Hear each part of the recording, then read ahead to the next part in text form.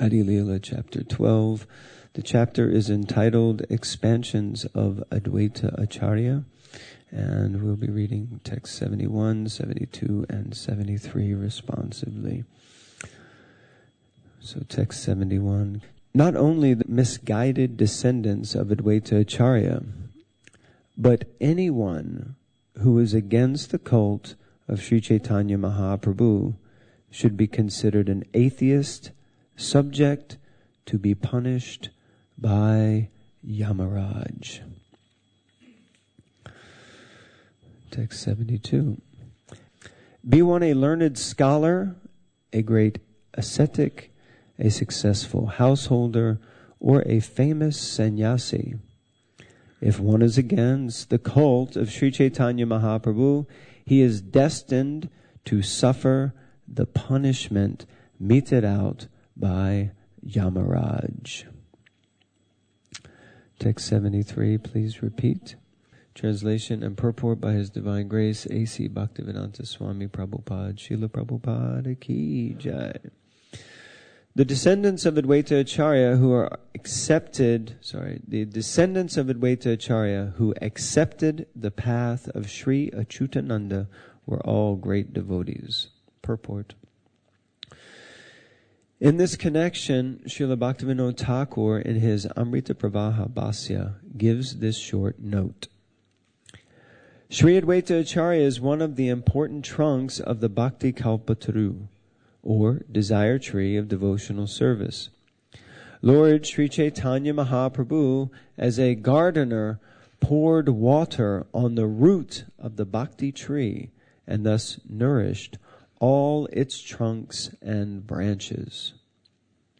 But nevertheless, under the spell of Maya, the most unfortunate condition of a living entity, some of the branches, not accepting the gardener who poured water on them, considered the trunk the only cause of the great Bhakti Kalpataru.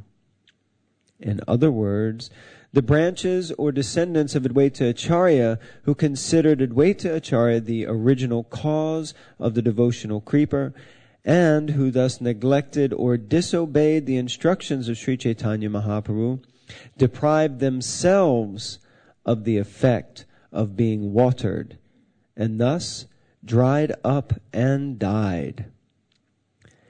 It is further to be understood that not only the misguided descendants of Advaita Acharya, but anyone who has no connection with Chaitanya Mahaprabhu, even if he is independently a great sannyasi, learned scholar, or ascetic, is like a dead branch of a tree.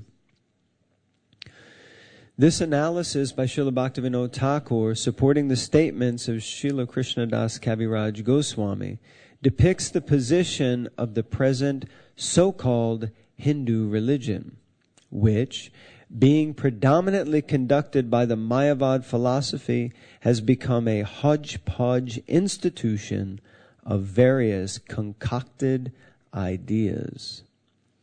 Mayavadis greatly fear the Krishna consciousness movement and accuse it of spoiling the Hindu religion because it accepts people from all parts of the world and all religious sects and scientifically engages them in the Daiva Varnashram Dharma. As we have explained several times, however, we find no such word as Hindu in the Vedic literature. The word most probably comes from Afghanistan, a predominantly Mohammedan country, and originally referred to as a pass in Afghanistan known as Hindu Kush. That is still a part of a trade route between India and various Mohammedan countries. The actual Vedic system of religion is called Varnashram Dharma, as confirmed in the Vishnu Purana.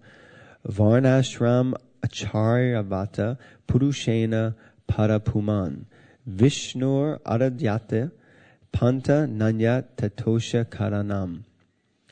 The Vedic literature recommends that a human being following the principles of Varnashram Dharma,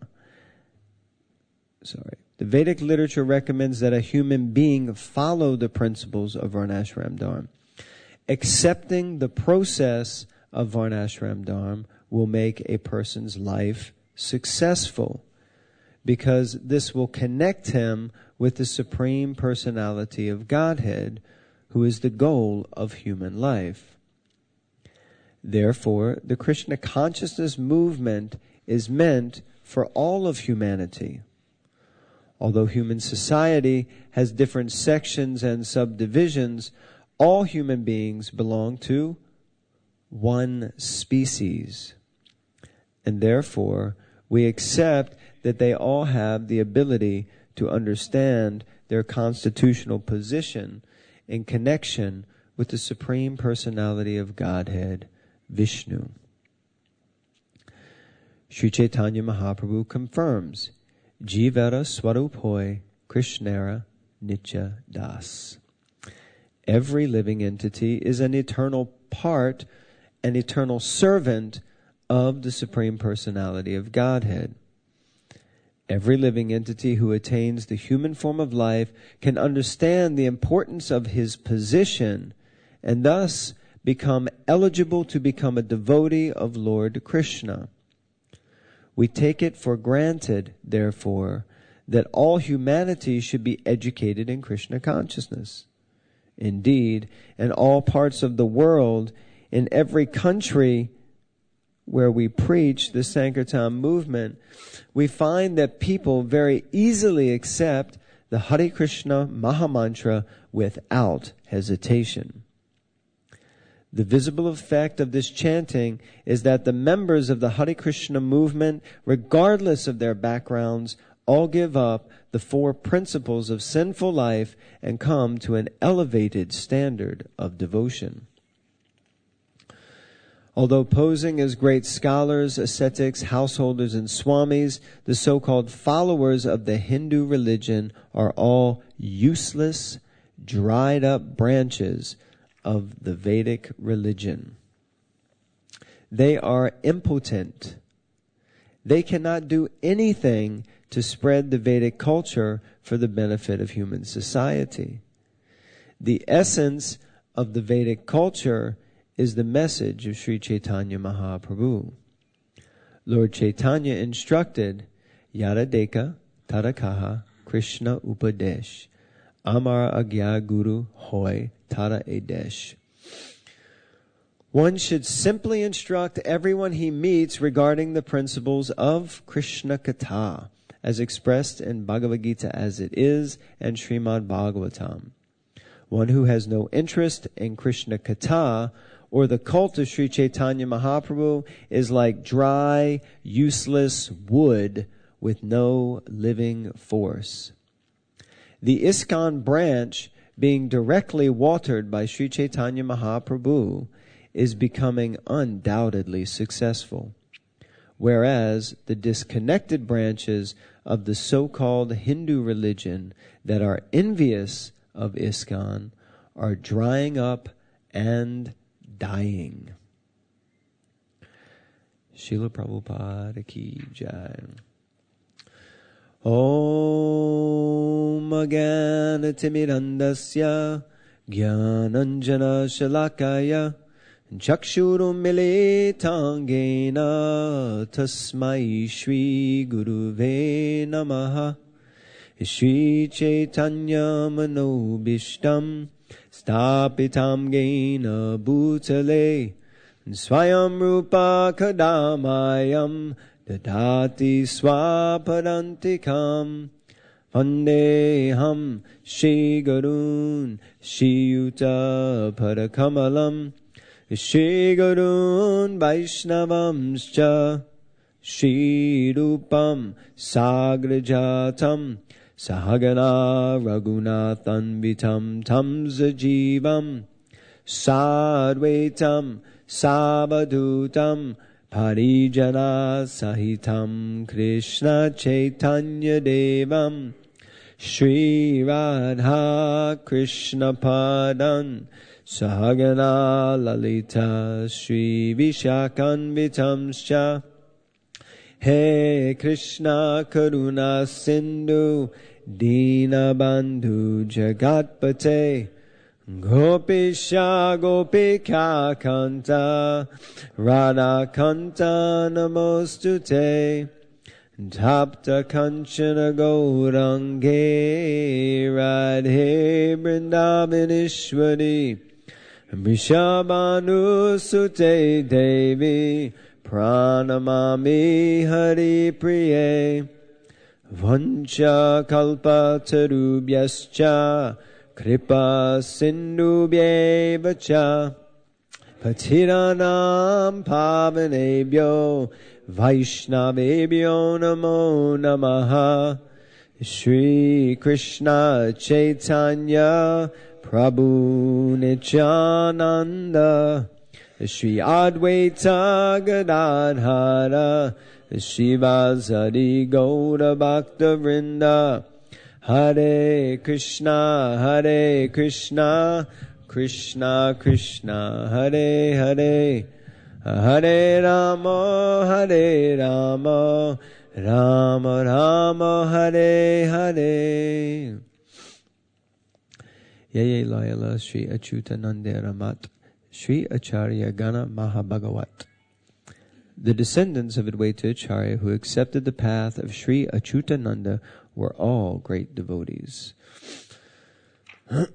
So, this section of Chaitanya Charitamrita, we've just heard that even the sons of,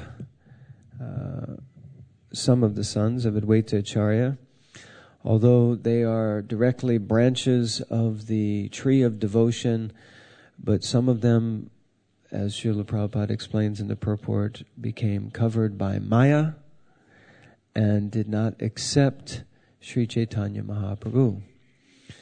Although they accepted Advaita Acharya, but because they didn't accept Lord Chaitanya, then it's described that Lord Chaitanya then ceased to water those parts of the tree, and because of this lack of water, they dried up and became useless branches on the tree, devoid of all life force, impotent, useless. So, Srila Prabhupada makes so many amazing points in the purport, and this section, we can see that as there are a number of examples, but even one may be coming in the lineage of such an exalted personality as Advaita Acharya, can be the son of Advaita Acharya and still be in Maya. You can have the direct association of Sri Chaitanya Mahaprabhu and still fall into Maya.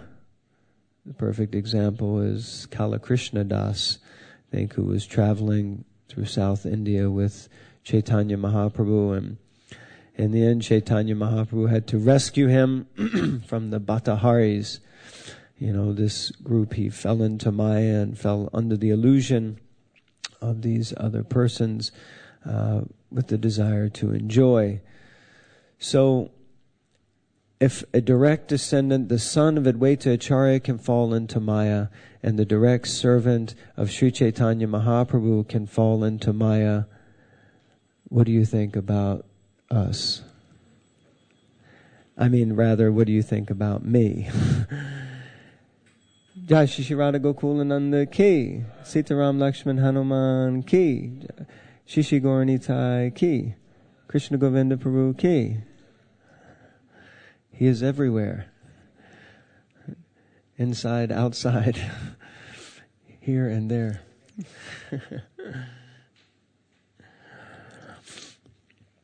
So, the other day we were having a discussion with one devotee, well, actually, as a series of different conversations. Someone was explaining how often we register Maya as an external object, something often we blame the external object for pulling us into Maya, or we say that that is Maya, or this is Maya. We have generalized categories of things that are Maya. But actually Maya is not necessarily something outside. It is all about what's going on inside. And our consciousness, as Bhagavatam explains in one of the seed verses, what Maya is. Maya is simply one thing and one thing only, and that is, Maya is the absence of Krishna. So as soon as Krishna is not present in an activity or in our consciousness when we're trying to do something, then we are in Maya. So the other day in talking with someone, one devotee was explaining how sometimes when they're in the presence of another devotee, then they become very frustrated, agitated, irritated, angry, upset. And this other devotee said, then that is your Maya.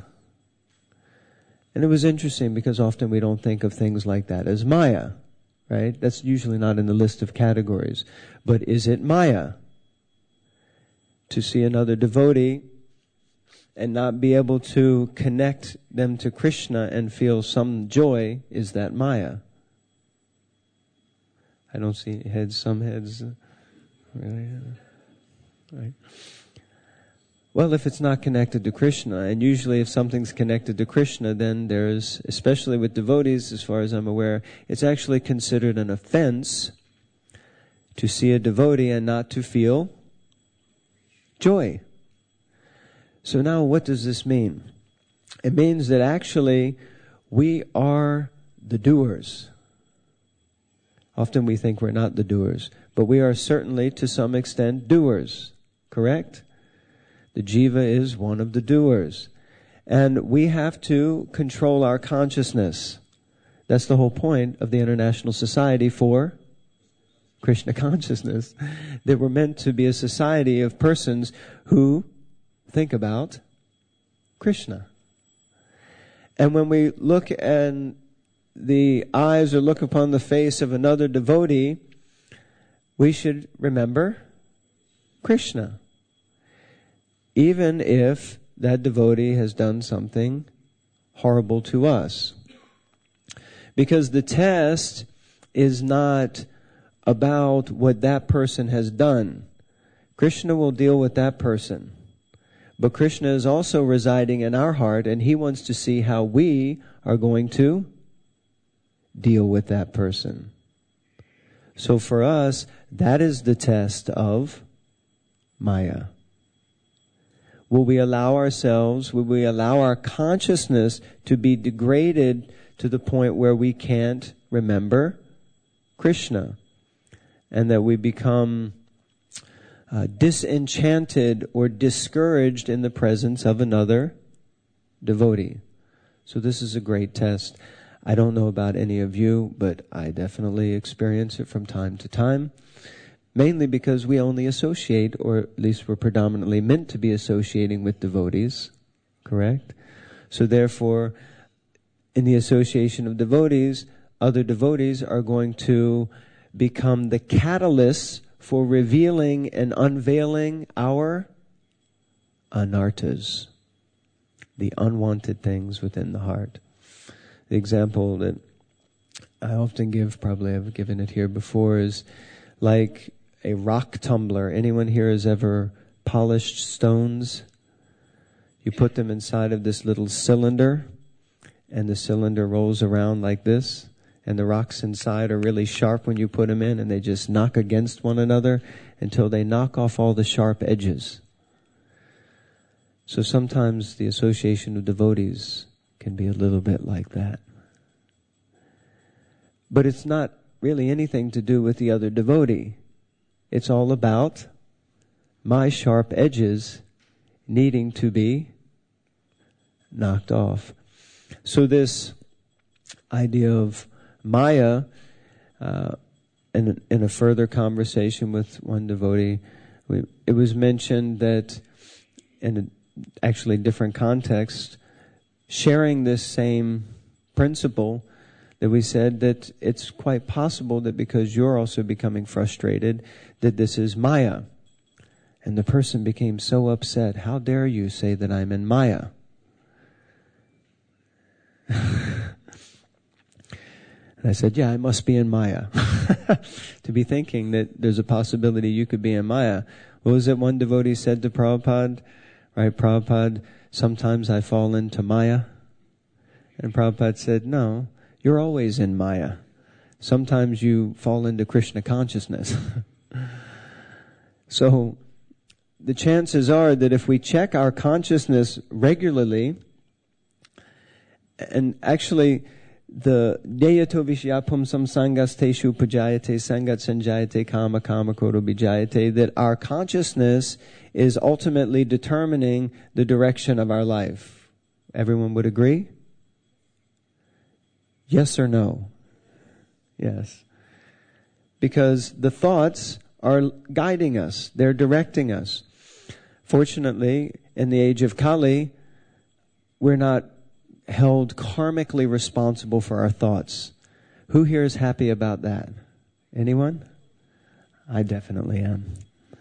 So it means that you can think something not so nice or something that's really big Maya, and you won't be held karmically responsible. Who's happy about that? Who likes to think about things like that? Sometimes during japa, right? Anyone's had that experience?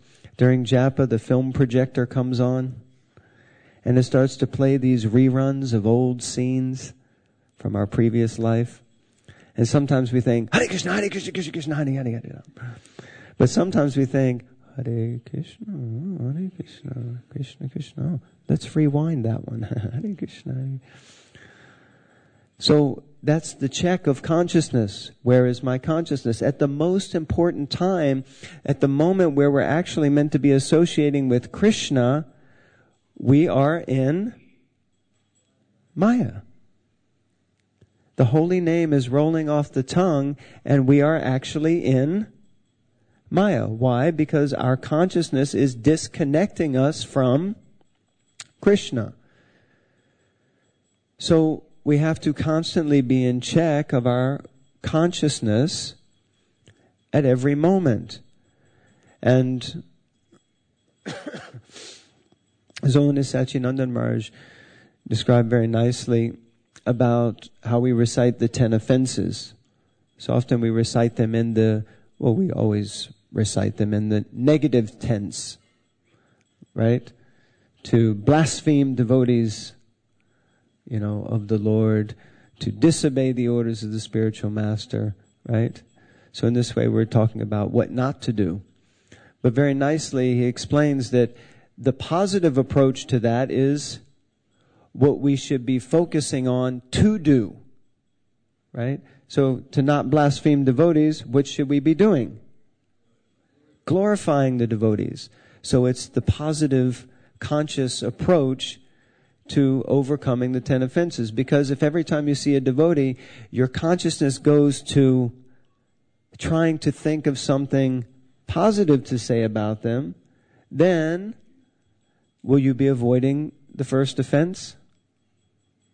Yes, naturally.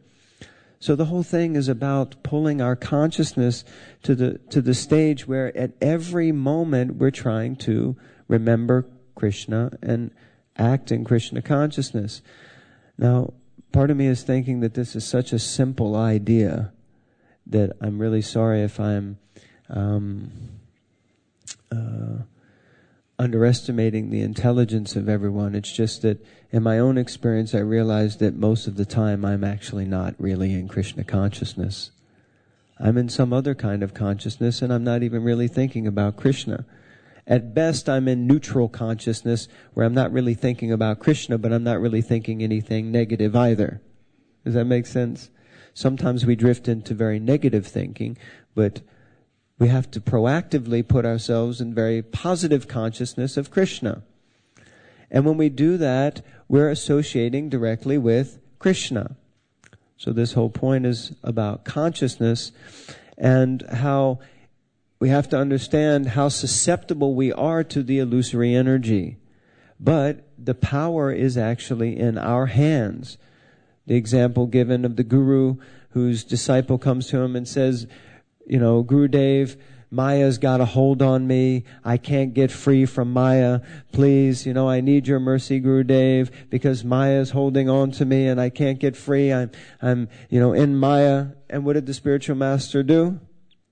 He ran over, he grabbed hold of a tree, and he said, let go of me, let go of me, let go of me. Because it's not Maya that's holding on to us, it is us that is holding on to Maya. And sometimes we hold on to Maya, and Maya is like a hot coal. And we're getting burned while we hold on to it, but it's almost like we enjoy the suffering, and we just won't drop it.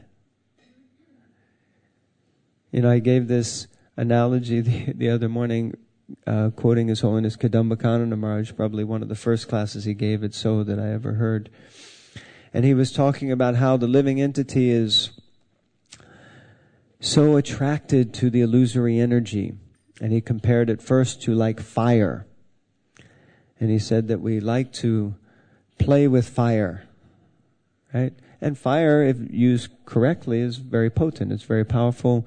We can offer yagyas. We can prepare an offering for the Lord. So many things can be done with fire. But if you play with fire, there's a famous saying, if you play with fire, you're going to get burned.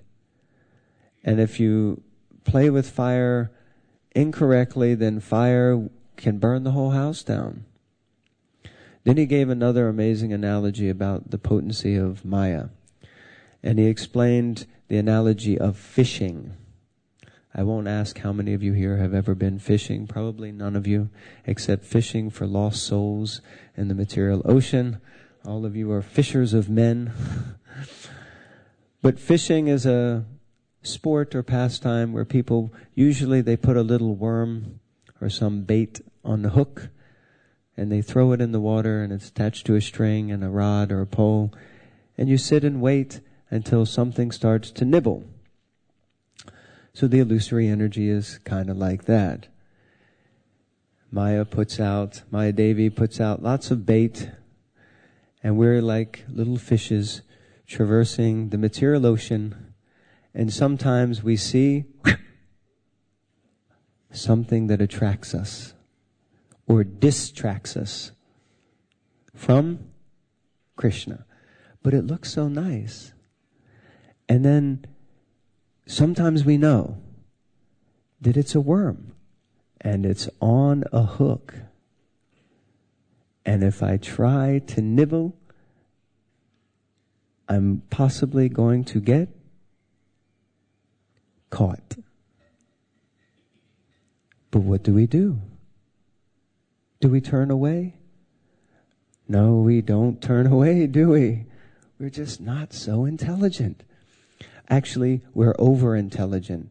We think, if I nibble the worm from the bottom of the hook, I won't get caught. So we approach like this,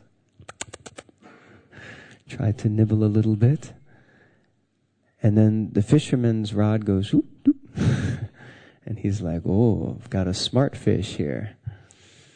And then we think, now let me try a little from the side. Because at first we might not get hooked. So we think, oh, I got it figured out. But the hook is just waiting. And then at one point we just bite off a little more than we can chew. And boom! The hook goes in. And then it's the struggle, right? Oh no, why? Why did I do that? I knew I shouldn't nibble on the hook. Right? Meanwhile, and you try to run, but you can't run, and you're hooked, and you got it, and now you're caught, and Anyone's had that experience? Okay. Thank God I'm not the only one. So this is Maya. This is the illusory energy. And we think that we can play with it. We think that we can allow our consciousness to drift away from Krishna and exploit the material energy, right? And try to enjoy separately from Krishna, and then we wind up getting hooked, and then we think, why did I do that? I know better. The famous question, how many people here have ever said, I'm never gonna do that again? Anyone? And who did it again? I won't ask who's still doing it because I hope nobody. But the chances are that we have a propensity and tendency to repeat our foolish activities that lead us into Maya. So, what chance have we got? Every chance. Daiviyeshu gunamayi mama maya duratyaya. Mamevaya prapadyante mayamitam tarantite. Krishna says that Maya is very difficult to overcome. Why? Because she is empowered by me. She's Mama Maya. She's my Maya. Not like his Maya, but his Maya. So she's empowered by Krishna, but we can very easily cross beyond the illusion of Maya if we simply take shelter of Krishna. And what does that mean, to take shelter of Krishna? It certainly will mean to physically place and prostrate ourselves, but most places in the Bhagavad Gita, Krishna says, Man mana bhava mad bhakto, mad yaji mam namaskuru. He says we have to put our consciousness, our thoughts on Him. We have to remember Him. We have to think of Him. It is quite possible that we could be doing something that apparently externally seems like Maya. Like Srila Prabhupada gives the example of the devotees who go into the bank.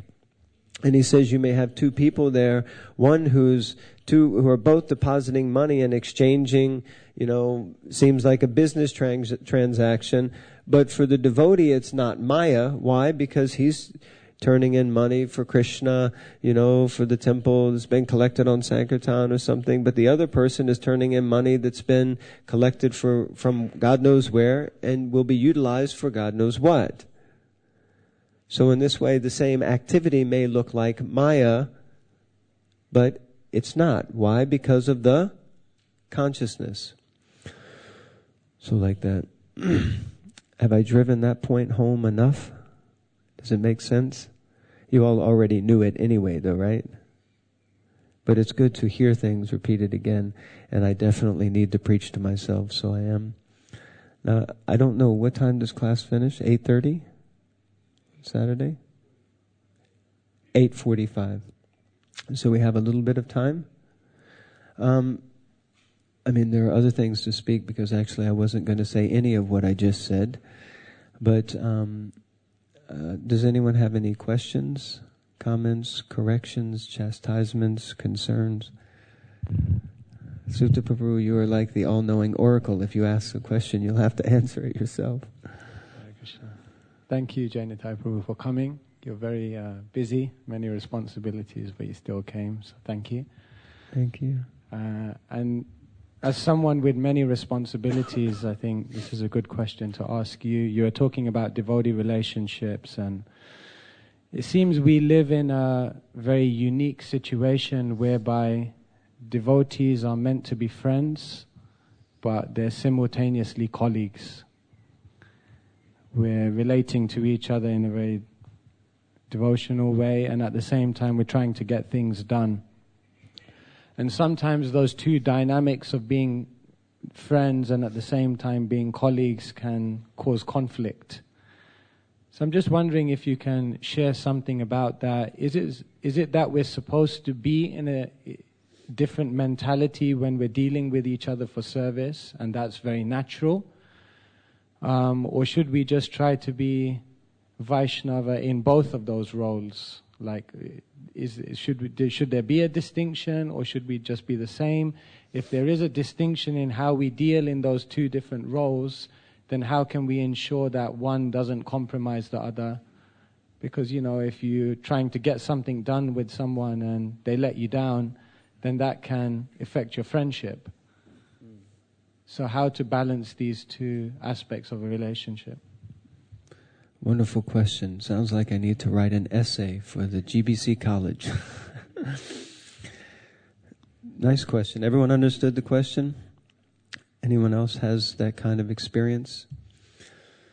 So my answer, whether it's correct or not, is that, first of all, there's a word used here. The word is gana.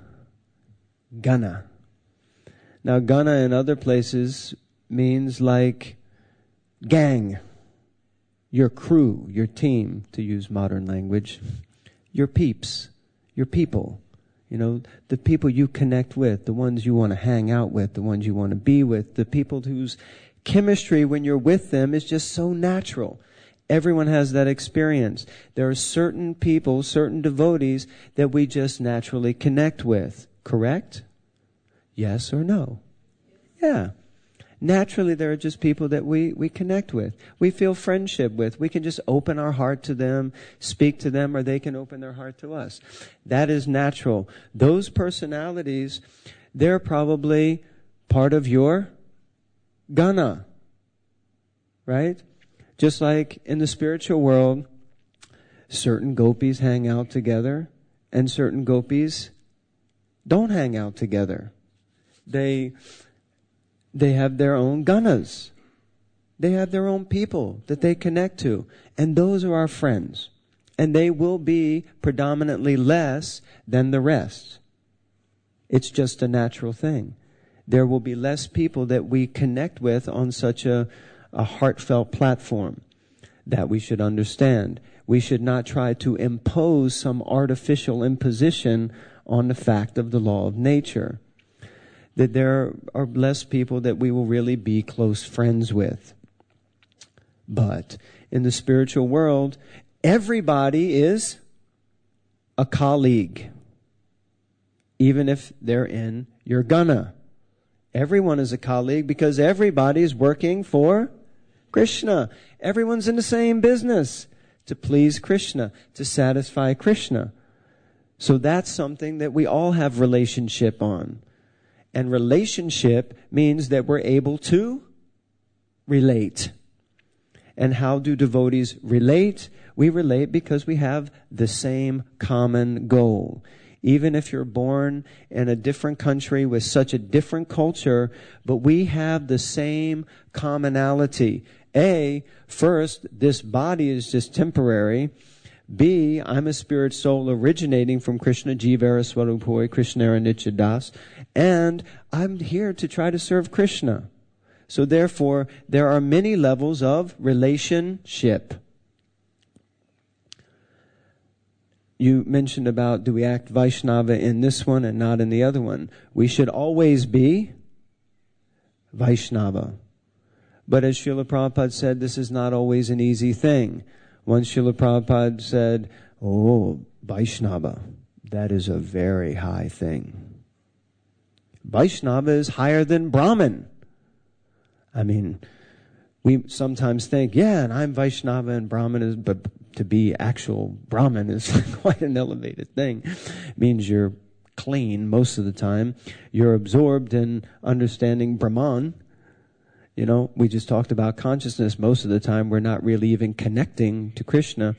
But to be Vaishnava means that we want to serve Krishna. So we should try to be Vaishnava in all situations. So, if you're at work and you don't like your boss, means your immediate line boss, but you like the job and you like the money, then what do you do with the boss? Spit in his coffee? No, you tolerate. Chinadapi sanichena torapi sahishana amanina manadena. We tolerate. We accept the humble position. We understand, actually, that I don't deserve any respect anyway.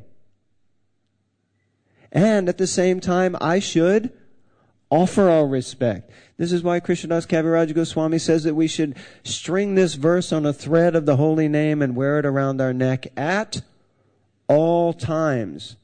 Not just when I'm with my Gana, but when I'm with any Vaishnava.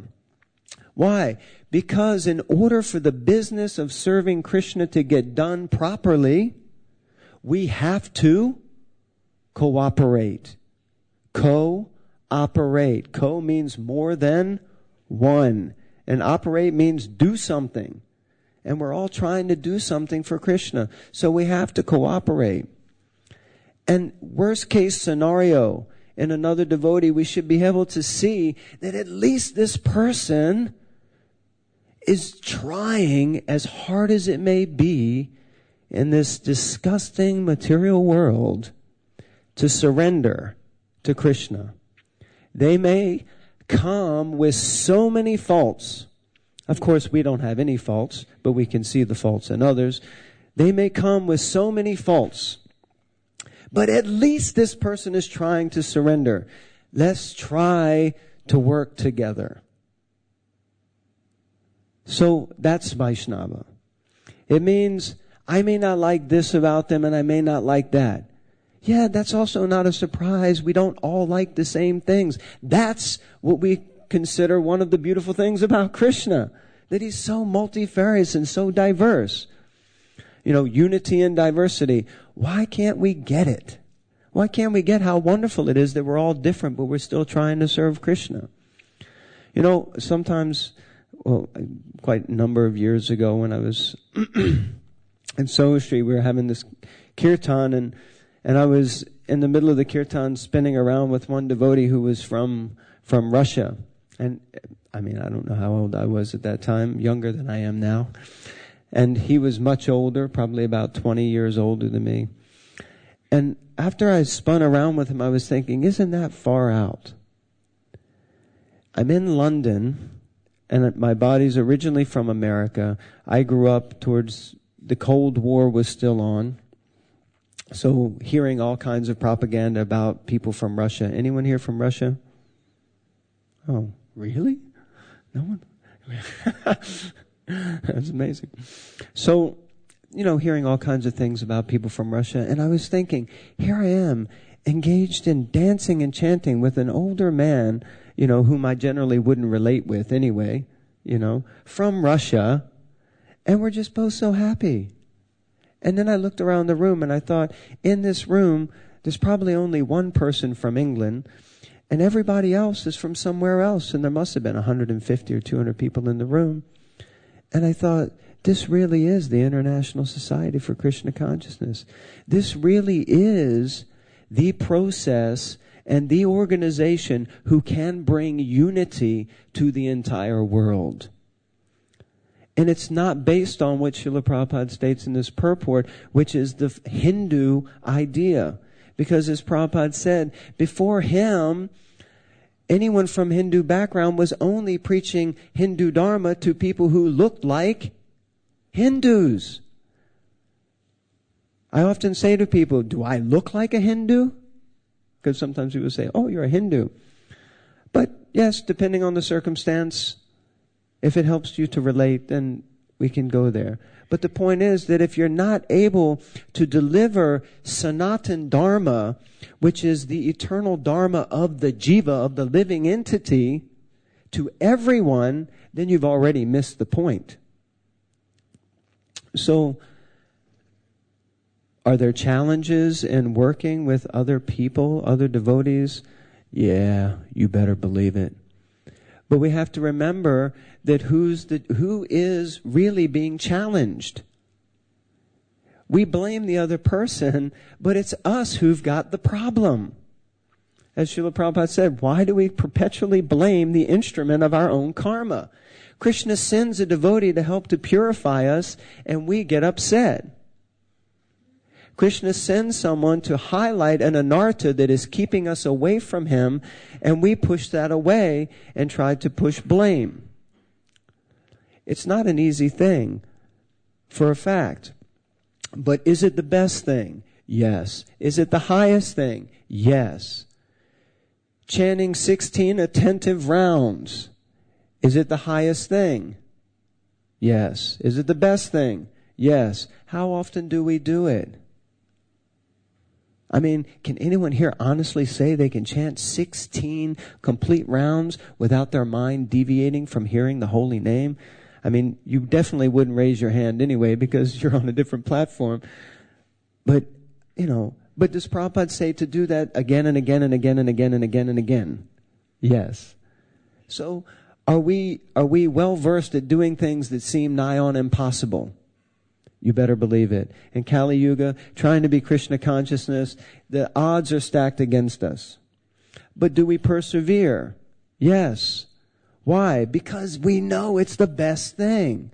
Because we know it's the right thing to do. And Srila Prabhupada says in one prayer we were reading the other day, that Prabhupada says, simply in trying to sincerely perform devotional service, Krishna reciprocates with that. Simply by trying. We only have to simply try, sincerely try to be serious. Will we fail? Yes. So what? I failed at trying to do the greatest thing. So let me try again. And keep trying. There's so many examples of failure. What is his name? Thomas Edison, the inventor of the light bulb. Someone said, yeah, but you failed so many times. I forget, what was the exact quote he said? That I didn't fail. Yeah, I just found out 1,000 or 10,000 ways how not to do it. He wasn't deterred. If it doesn't work, try again. If you make a mistake and you offend a Vaishnava, which probably will happen, go, apologize, beg forgiveness, and try to be conscious of the fact that I have a problem with this person that doesn't allow me to be Krishna conscious in their presence. And imagine if you could overcome that. Imagine if you could overcome that. And sometimes it takes a little butting of heads to break through some kind of thing, to have this point where you're like, wow, I really appreciate you. I really respect you. So like that. I don't know if I answered your question or just went off on some kind of weird tangent. Does that give a little bit of something? Okay. Hare Krishna. So I guess we should stop now.